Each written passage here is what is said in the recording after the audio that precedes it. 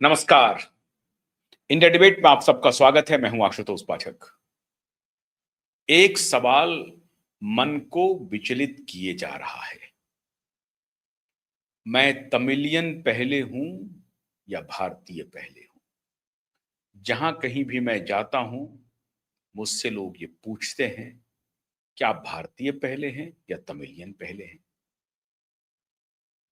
हर जगह लोगों के मन में ये शंका हो रही थी और ऐसा सवाल वो इसलिए पूछ रहे थे क्योंकि उनको लगता था कि मैं अपने राज्य के बारे में, अपने तमिल के बारे में, अपने तमिलनाडु के बारे में कम सोचता हूं और देश के बारे में ज्यादा सोचता हूं।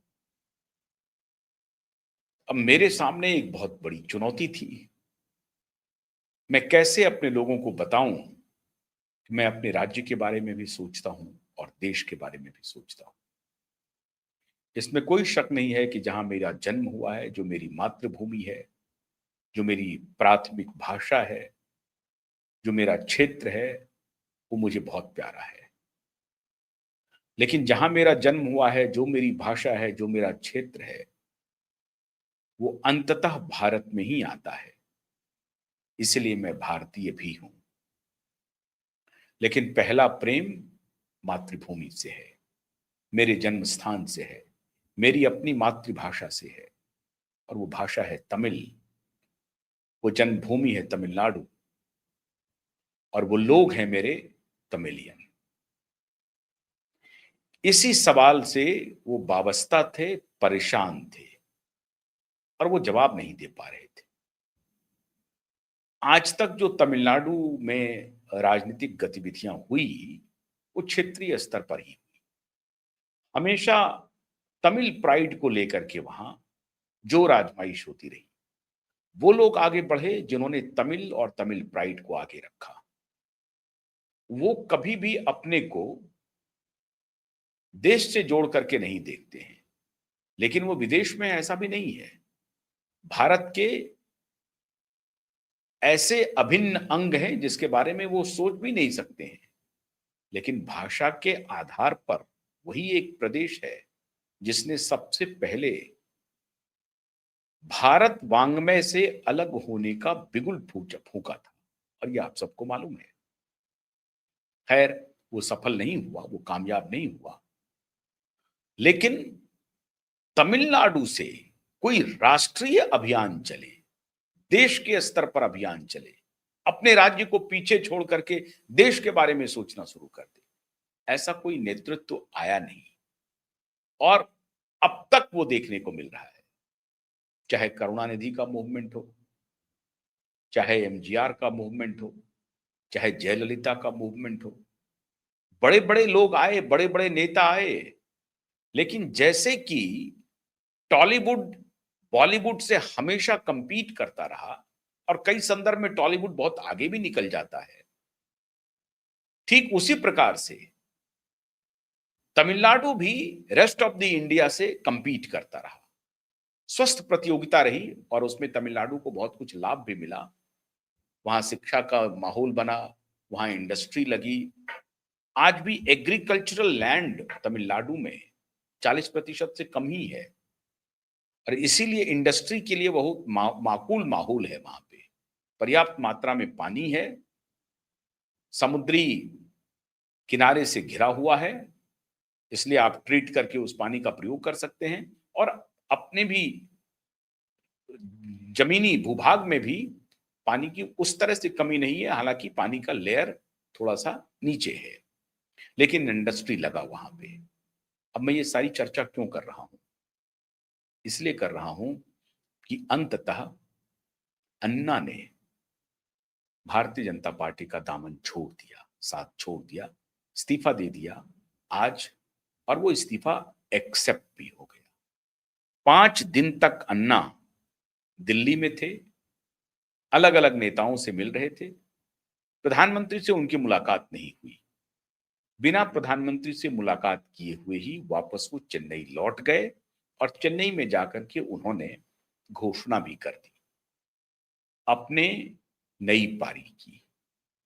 नई पॉलिटिकल पार्टी बनाएंगे ये तो एक प्रकार से अब असंभावी होगा, लेकिन पॉलिटिकल मूवमेंट करेंगे, ये उन्होंने घोषणा कर दिया। कल तक ये खबर आ रही थी कि नहीं, वो बीजेपी में रहेंगे, प्रधानमंत्री से मुलाकात होगी और वो बीजेपी में रहेंगे। सामने से हमको आपको ये दिखाई पड़ रहा होगा कि अन्ना ने इस्तीफा दे दिया, उनकी बात नहीं बनी और उन्हें साइडलाइन कर दिया गया और बीजेपी उनके इस्तीफे पर आकर के समझौता कर लिया। बीजेपी उनको मनाने की पूरी कोशिश की, उनको जो कुछ भी देना था देने की बात हुई और वो नहीं माने और वो फिर बीजेपी का साथ छोड़ दिया, इस्तीफा दे दिया।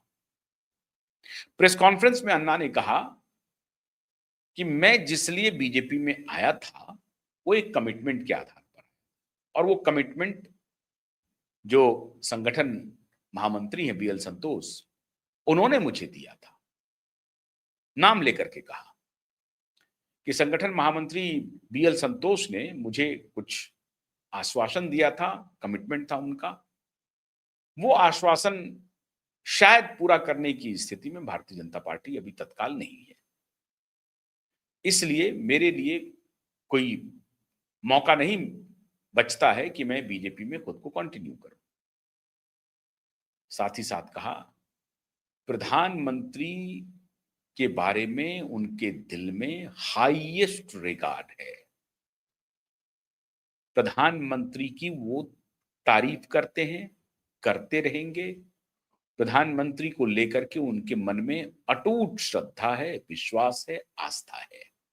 मजबूती से कहा, ऐसा तो पहली बार हुआ होगा कि कोई व्यक्ति बीजेपी छोड़ करके जाए और वो बीजेपी की आलोचना करे ही नहीं और ये कहने लगे कि प्रधानमंत्री महान है, सारे नेता महान हैं, ठीक है, हमको कमिटमेंट जो हुआ था वो नहीं मिला, कोई बात नहीं।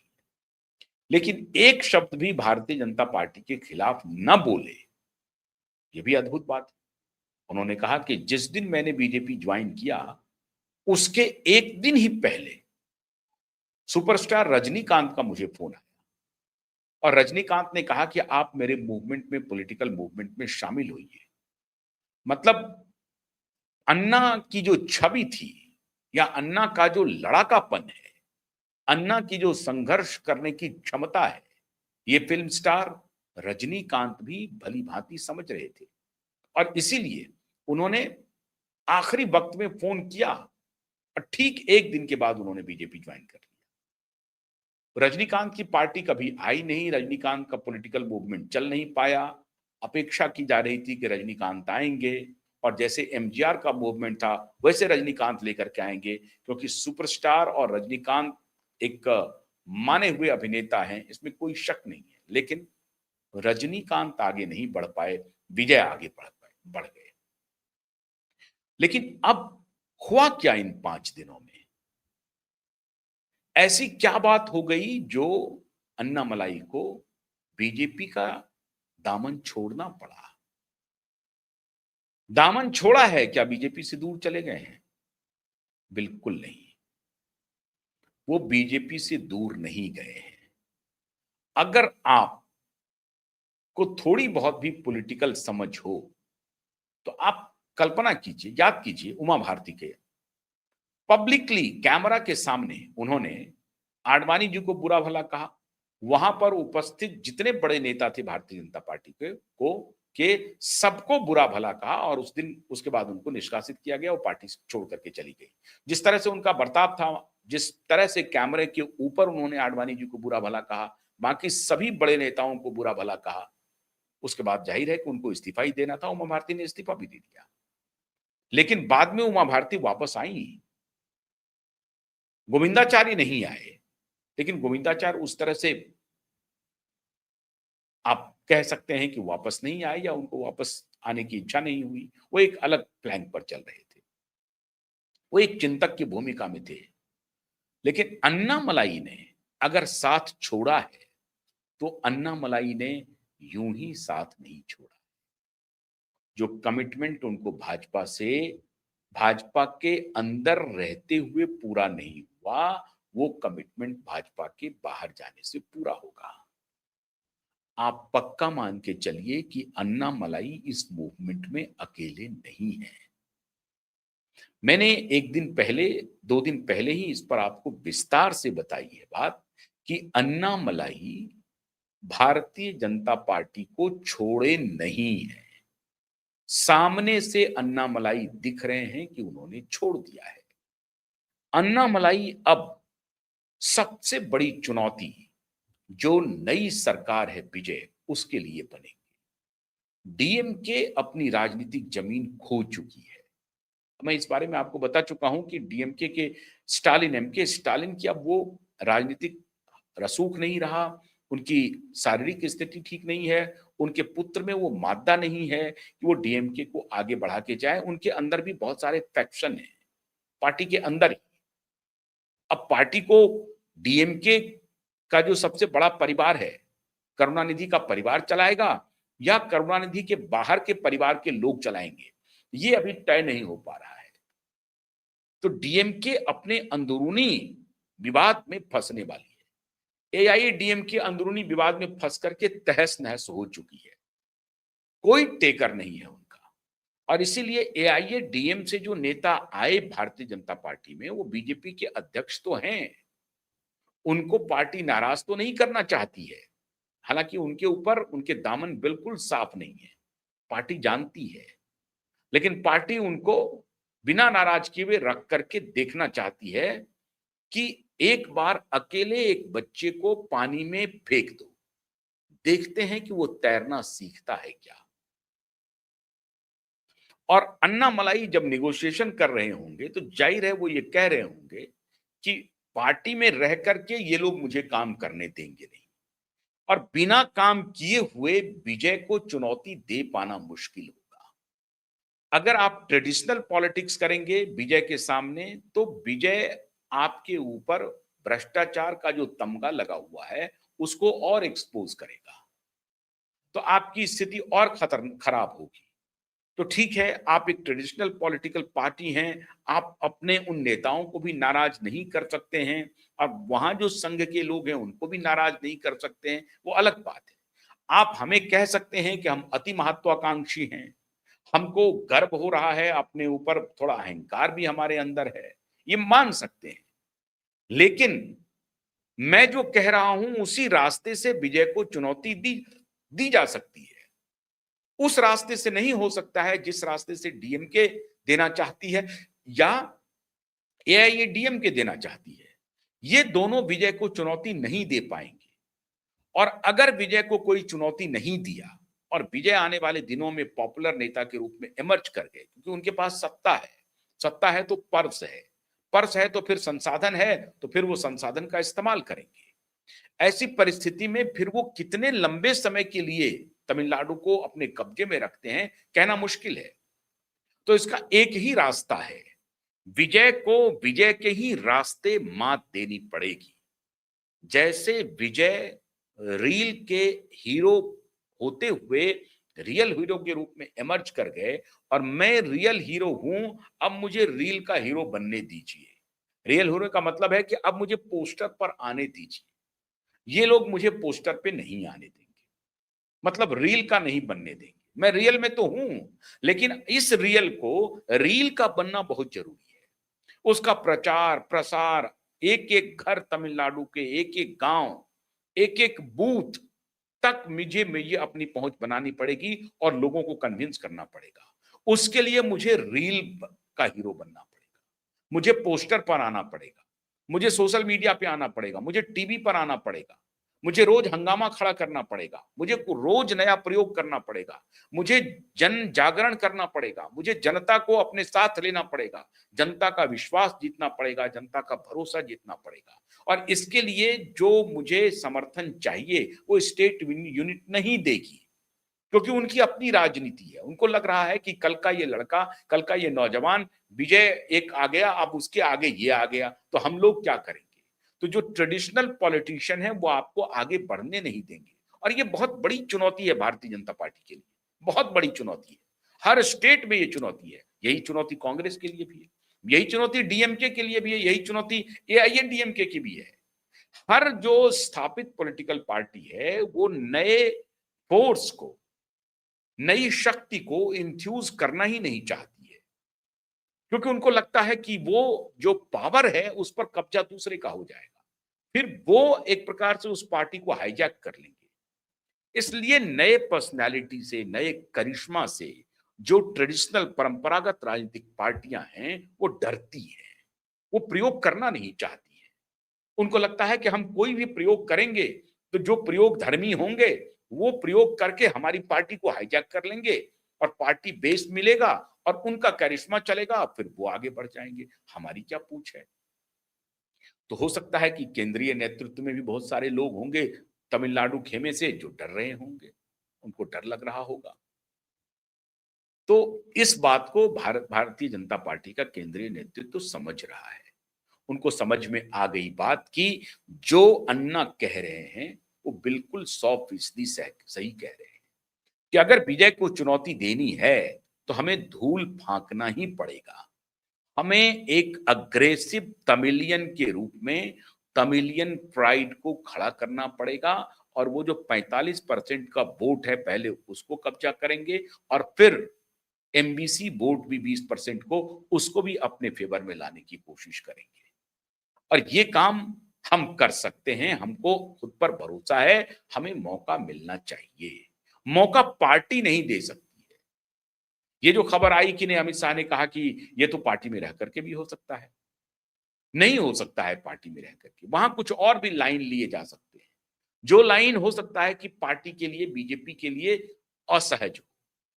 बृहत्तर दृष्टिकोण से अगर आप देखें तो हो सकता है कि कुछ असहजता दिखे। तो हमें अभी उस रास्ते पर चलने दीजिए। हम संघर्ष करने के लिए तैयार हैं और हमको खुद पर भरोसा है। हम विजय के बरक्स एक समानांतर पॉलिटिकल धुरी खड़ी कर देंगे। ठीक उसी प्रकार से जब ये यहाँ तो कॉकरोच का मामला चल रहा है, वो तो खैर चलेगा नहीं, फुस हो जाएगा, कल ही फुस हो जाएगा। जो दिख गया उससे उसी से फुस हो गया मामला, तो आप समझ लीजिए कि वो चलने वाला नहीं है। लेकिन अन्नामलाई अगर संघर्ष करेंगे तो उनको जनता का समर्थन मिलेगा, ये मान के चलिए। और अगर मिला, जो उन्होंने पानी में छलांग लगाई और वो सही तैराक खुद को साबित कर दिए, तो बाकी तो रेस्क्यू टीम बैठी हुई है बाहर में। अगर लगेगा कि वो डूब रहे हैं, तो रेस्क्यू टीम में सबसे आगे कूद जाएंगे अमित शाह जी और मोदी जी। तो अमित शाह और मोदी ने कहा कि ठीक है, आप कूदो, मैं रेस्क्यू टीम बन करके खड़ा रहूंगा। अगर आप डूबने लगे तो हम आपको बचा लेंगे। आप अगर राफ्टिंग करना चाहते हो तो राफ्टिंग करो, थपेड़े से जूझना चाहते हो तो जूझो। पानी का जहां पर फोर्स अधिक हो, वहां अगर उसका सामना करना चाहते हैं तो करो, लेकिन हम रेस्क्यू टीम तो बनेंगे। अमित शाह और मोदी ने कह दिया कि मैं रेस्क्यू टीम में हूं, इससे इसके लिए आप इत्मीनान रखो, आप जाओ, आप कूदो। और इसीलिए प्रेस कॉन्फ्रेंस में अन्नामलाई ने कहा कि मैं प्रधानमंत्री के प्रति मेरा हाईएस्ट रिगार्ड है। ऐसा एक भी नहीं कहा मेरी प्रधानमंत्री से मुलाकात नहीं हुई, कोई बात नहीं है, उनको समय नहीं है, नहीं मिले तो कोई बात नहीं है। ऐसा कुछ भी नहीं कहा अन्नामलाई ने। उन्होंने कहा कि जितना दिन मैं बीजेपी में रहा हूं, मुझे मार्गदर्शन मिला मोदी जी का, अमित शाह का और बड़े सीनियर नेताओं का मार्गदर्शन मिला और मैं बहुत आभारी हूं। एक शब्द भी भारतीय जनता पार्टी के खिलाफ अन्नामलाई ने नहीं कहा। ये कहा कि बीएल संतोष जी ने मुझे कहा था, अब इतना तो कहना ही पड़ेगा साहब, नहीं तो डिस्टेंस कैसे दिखाएंगे। लेकिन आलोचना में जिस तरह का होता है नाराजगी कि भाई हमें छोड़ करके आया, मैं खड़ा कर रहा था, मैं 10% तक ले गया था, अपने बल पर ले गया था, फिर मुझे हटा दिया, फिर 10% से 3% पे आ गए, ये सब इन्होंने नहीं कहा। इन्होंने कहा कि मैं प्रधानमंत्री को, मेरे मन में हाईएस्ट रिगार्ड है उनके लिए, और जितना दिन मैं भारतीय जनता पार्टी में रहा हूं, बहुत कुछ सीखा है। अब मैं नया मूवमेंट शुरू करने जा रहा हूं। डील पक्की है, शाह, मोदी और मलाई, अन्ना मलाई की। आगे बढ़ो, हम तुम्हारे साथ हैं। क्यों? अभी चुनाव नहीं है, न तो विधानसभा का, न लोकसभा का। अभी तो बहुत गंगा में पानी बहना है। और अगर मोदी और शाह की स्थिर स्थिति रह गई केंद्र में, जो कि रहेगी ही अभी, तो रेस्क्यू टीम के लिए मौजूद हैं। मोदी शाह ने कह दिया जाओ, कोई बात नहीं है। तो इस्तीफा स्वीकार ही हो गया है। लेकिन आप इसे विदाई ना समझें। हाथ छोड़ा है, साथ नहीं छोड़ा है। बहुत बहुत शुक्रिया। नमस्कार।